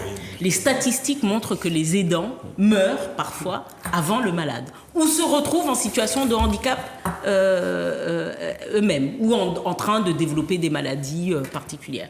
Mais il est clair que, pour l'avoir vécu, mes grands-parents avaient une fille qui était en situation de handicap puisqu'elle était atteinte de la trisomie 21, et il fallait parfois la mouvoir. Mais vous pensez bien que des personnes parce qu'ils étaient en bonne santé, donc pas très gros, mes grands-parents, ils pesaient 50 kilos. D'ailleurs, ma tante était probablement plus lourde qu'eux, plus forte également, parce qu'elle développait une force herculéenne. C'est-à-dire que pour la bouger, c'était quelque chose. Je crois qu'on a eu de la chance de ne pas avoir de catastrophe, mais il y a beaucoup de personnes âgées qui s'occupent aussi, par exemple, d'un de leurs enfants en situation de handicap. Ah oui. Il y a aussi beaucoup de parents qui ne trouvent pas ce que l'on appelle le répit, c'est-à-dire trouver des journées où Des recours. bien sûr. Bon, et je pense à cette association à petits pas, qui est une association créée par une jeune femme que j'embrasse d'ailleurs, Géraldine, à petits pas, qui a trouvé d'ailleurs une porte ouverte enfin de la ville de Fort-de-France d'ailleurs, qui devrait mettre à disposition une école pour accueillir des enfants en situation de handicap, pour lesquels parfois les parents sont assez démunis, totalement, oui. et qui, par des méthodes nouvelles, trouvent par exemple le moyen de développer un peu plus d'autonomie chez ces enfants-là, mais qui a dû faire preuve d'une pugnacité. Et d'ailleurs, j'appelle, s'il y a des élus, et je l'espère, de la CTM qui nous regardent, mais enfin, il faut regarder ces dossiers de demande de subvention de ces associations avec la plus grande bienveillance, parce qu'il y a aussi chez nous un fait marquant, c'est que c'est essentiellement le tissu associatif qui se retrouve à être en première ligne de l'aide aux personnes aux situations de handicap. Et donc il faut regarder ces dossiers, pour les associations qui sont solides, arriver à faire de la pluriannualité sur l'aide parce que les personnes les parents ont besoin de visibilité dans le temps pour faire parfois aussi des investissements matériels, pour recruter également, et deux, parce que finalement c'est des délégations de services publics qui sont un peu maquillées par le fait associatif, mais on délègue finalement ce qui revient à la force publique. Et je salue en toute sincérité, pour avoir notamment pendant les campagnes, mais même après, été visiter des ESAT, des centres d'accueil et tout ça. Je salue le travail qui est fait dans des conditions parfois qui sont difficiles et des moyens qui sont insuffisants. Merci beaucoup. Donc Michel, alors Audrey Talibardol s'investit énormément dans ce dossiil-là. C'est elle qui est conseillère exécutive en la matière et elle connu ça ses forces. Michel. Non, mais il est évident que c'est une des le secteur social de l'aide aux handicapés, d'une manière générale, le secteur social, c'est plus de 60% du budget de notre collectivité. Oui. Bon. Alors, les plans ont été faits, notamment sous l'autorité notamment sur l'autonomie, etc., des personnes âgées, des personnes en situation de handicap par Francis Carole. Hein, c'est lui qui a repris ça en main et qui il y avait des documents qui avaient vieilli. Bon. Alors sur le secteur associatif, effectivement, à chaque plénière, il y a des subventions qui sont accordées. Je peux témoigner d'ailleurs rapidement, très rapidement, que j'ai moi-même été confronté par un parent à moi à ce problème. On avait monté une association des traumatisés crâniens. Bon, alors, on parlait bon, eh bien, il y avait là-dedans des personnes jeunes dont les dents étaient une maman âgée. Oui. Bon, et nous avons, à l'époque, nous sommes battus, on a créé une institution, parce qu'on s'est rendu compte qu'il fallait une institution pour les accueillir. Tu vois? Donc, cette institution a été prise en charge, d'abord par le Conseil général, puis par la CTM. Ouais, bon. Et on se rend compte que, on parlait de jeunes. Quand tu parlais de jeunes, eh bien, les jeunes à moto, qui à 20 ans, 21 ans, qui sont totalement dépendants. Donc, en tout cas, ce qu'on constate là, une fois de plus, que la situation, c'est 14% en France et c'est 19% en Martinique. Voilà. Très bien. Philippe, oui. Non, je ne l'avais pas donné tout mon temps à Bébé, puisqu'il m'a semblé qu'elle me l'avait pris en entier. Non, moi, juste quelques... Bon. Ah, tu n'avais pas donné? Ah oui, ça va. Non, juste un mot. Je vais me faire l'avocat d'une association, une association des malvoyants, dont le siège est à Thierville, je crois que présidé par Verpré. Alors, je m'adresse là aux représentants de la CTM Et par accointance à des accords avec très proches de la mairie de Fort-de-France, notamment Didier. Alors il paraît, il y a plusieurs dossiers qui ont été expédiés, qui ne sont pas parvenus, mais il y a des panneaux de signalisation sur les trottoirs qui sont placés trop bas, ce qui fait que le malvoyant, il a sa canne, donc il voit, et lorsque le panneau est trop bas, il se cogne. Il se cogne. Alors, je voulais te signaler la chose. Oui. C'est l'association des malvoyants de Terreville. Je vais leur demander de reprendre contact avec vous. Mais tu prends note et tu... Oui, tout à fait. C'est la ville, par contre. Oui, c'est la ville. C'est la ville, mais c'est aussi en dehors de la ville. Il me semble que sur Schellcher, Cluny, il y a ce type de problème. Et ils se plaignent beaucoup là-dessus. De toute façon, dans l'état où est la ville, de toute façon, elle se tourne vers la CTM. Bon. Juste pour dire, par contre, il a raison sur le travail public, notamment pour les personnes malvoyantes. Oui. Moi, je me rappelle que quand on montait le réseau Sud Libre du Sud, on avait été abordé par des personnes malvoyantes et qui nous disaient, qui nous ont fait être beaucoup plus vigilants sur le lettrage. Par exemple des points d'arrêt et la manière. Alors par exemple, il faut éviter les lettres capitales, il faut éviter les fonds. Il vaut mieux un fond foncé, une écriture claire. Ah oui, pour améliorer le contraste. Également, des couleurs. D'accord. Bien. Juste pour dire que c'est pas si simple. Oui, d'accord, très bien. Donc le thème suivant, on va aborder la réforme des retraites et je crois qu'il y a un petit film, Marvin, que vous avez en principe reçu, c'est le gouverneur de la Banque de France, François Villeroy de Galhau, qui a fait une déclaration. Donc si vous pouviez nous projeter celui-ci, de manière à ce que ce soit le film introductif de notre thème. Je vais aller un peu au-delà de ma condition de banquier central. Je crois beaucoup au modèle social européen.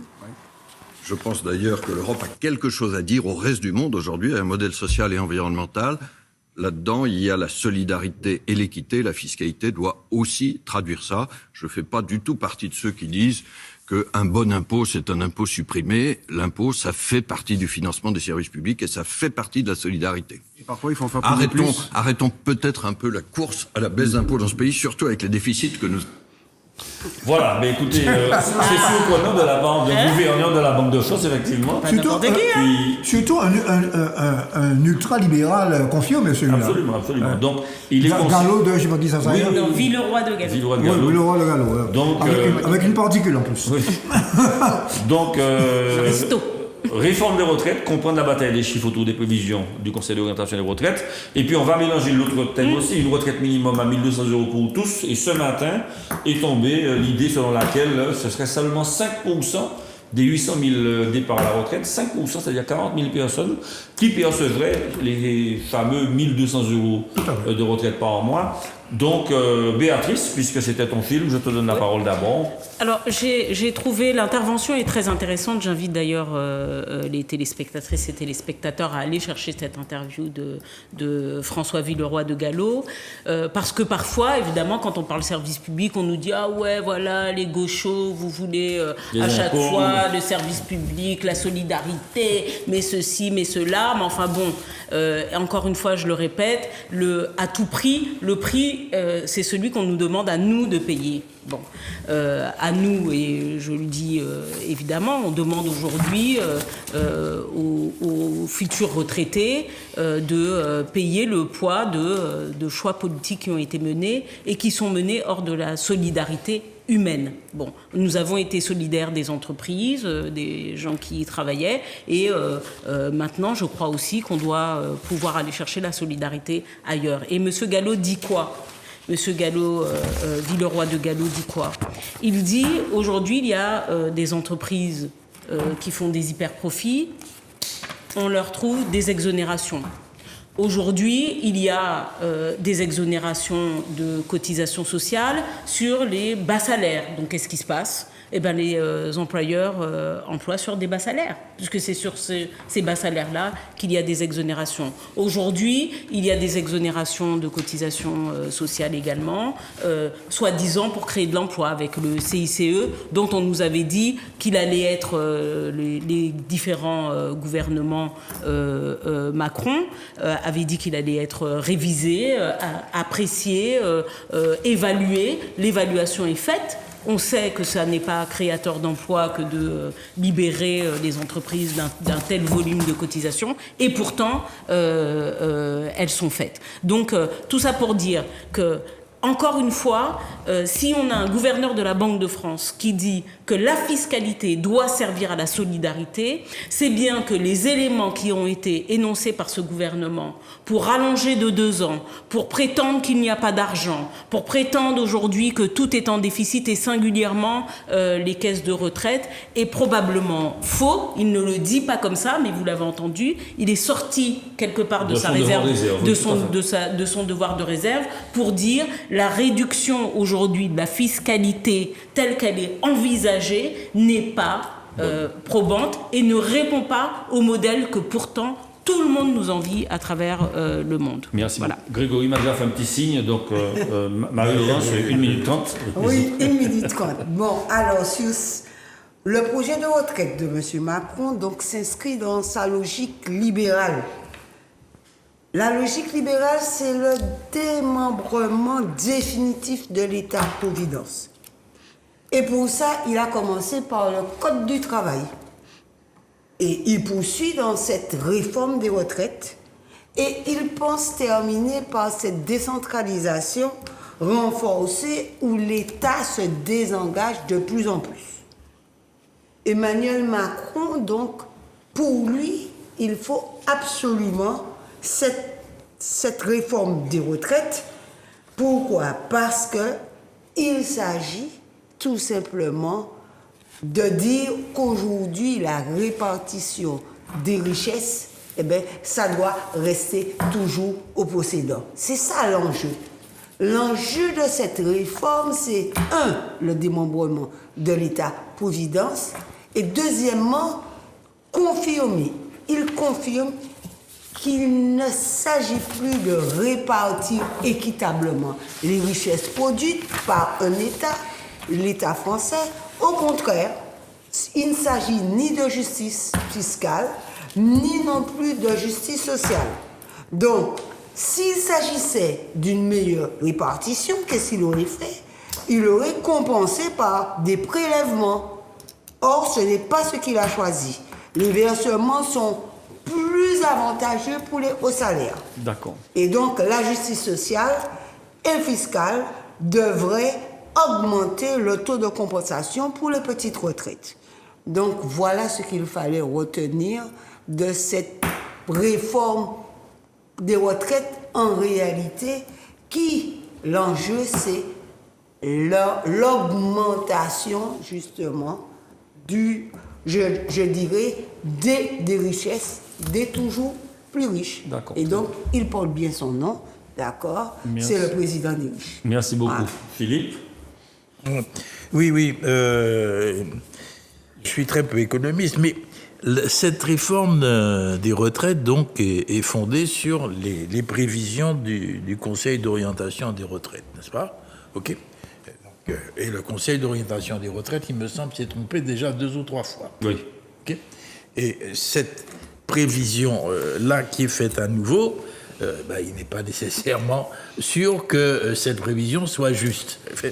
Alors effectivement, je me pose la question de savoir effectivement quel est l'objectif précis de cette réforme. Et je crois que les choses sont claires. Elles ont été effectivement définies par notre amie, notre voisine. Et là, la solution juridique qui est retenue par le gouvernement, c'est l'article 47.1. Ça veut dire quoi ? De toute façon, on intègre ça aux lois de financement de la sécurité sociale. Okay ? Et ça veut dire quoi ? On a un délai pour que le Parlement vote. Okay ? Et si nous ne sommes pas dans le délai, qu'est-ce qui va se faire? Le président pourra légiférer par ordonnance. Voilà dans quelle Application situation. automatique. Ah oui, application automatique. Alors je ne sais pas si il va aller dans cette direction. Oui, c'est vendredi, c'est demain la fin du mois. Il lâche un peu. Il y a des points sur lesquels il est susceptible de revenir. Bon, enfin, on ira à l'ordonnance. Voilà. On ira à l'ordonnance. Michel, donc... Oui, alors on pourrait longuement discuter sur ces fameux 1200 €. Pour faire passer la pilule, Macron a dit, bon, on allonge de 2 années l'âge de départ légal à la retraite et on accélère la réforme Touraine qui faisait qu'on devait avoir 43 années au lieu de le faire en 2030, on le fera en 2027. 43 années de cotisation. Bien.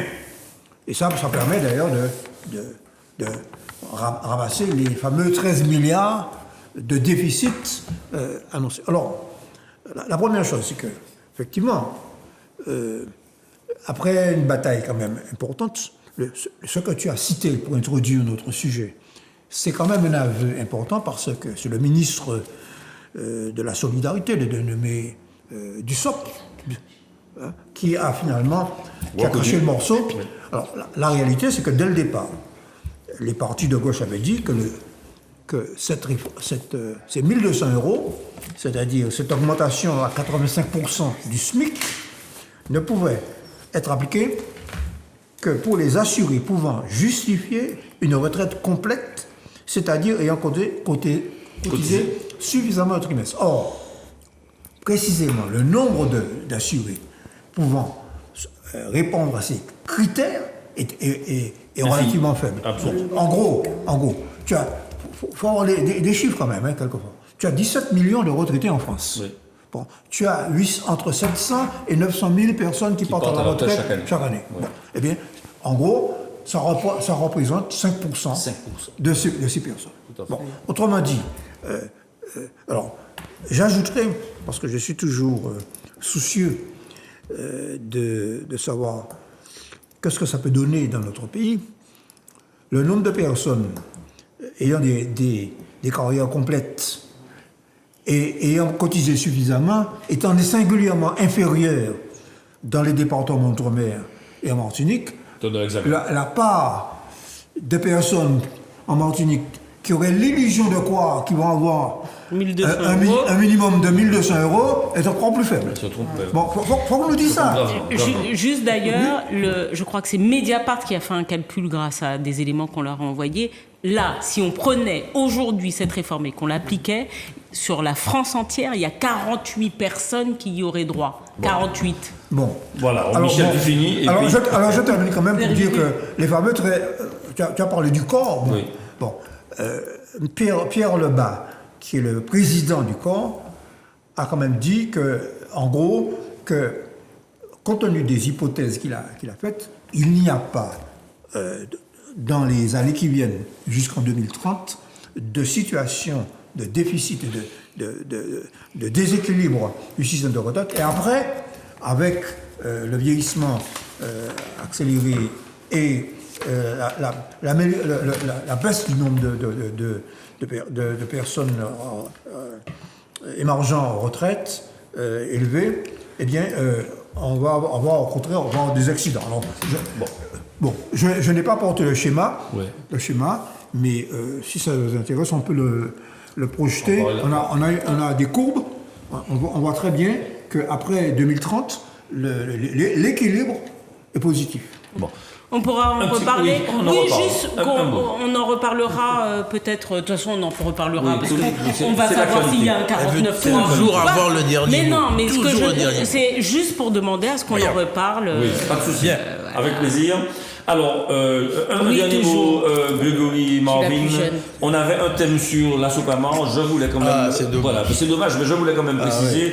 qu'il y a un empilement de la législation française, un empilement de règlements de la législation française, et que ce que l'on constate sur les lieux, parfois, ça n'est pas tout à fait ça. Les secteurs de zones humides, le code général de la propriété de la personne publique, etc. Bon, Et les 50 font pas que- géométriques. Voilà, et 50 pas géométriques font que les constats dressés par l'assouplament ne sont peut-être pas ceux qui sont effectivement reconnus par la loi. Donc on va revenir dessus Ah oui, il aussi, faut revenir. de manière à faire le clair dessus, puisque j'ai quelques éléments qui m'ont été Ah oui. donnés et je vais les présenter. Voilà. En tout cas, chers téléspectatrices, téléspectateurs, on était très heureux d'être avec vous pendant cette heure et demie. Nous vous souhaitons un bon carnaval avec bien évidemment de la joie, de l'allégresse, mais surtout de la retenue et puis du calme. On s'amuse et on essaie de s'amuser pour se retrouver entier après ces moments d'allégresse, puisque par la suite, eh bien c'est le carême, mais il ne faut pas oublier que le carnaval, c'est aussi un événement qui annonce une fête religieuse, enfin un moment religieux de recueillement. Et c'est ainsi que je voulais terminer en faisant un petit clin d'œil à mon frère, puisque je sais qu'il est très investi dans la paroisse de Fort-de-France. Allez, bonne soirée à tous, au revoir. Bien.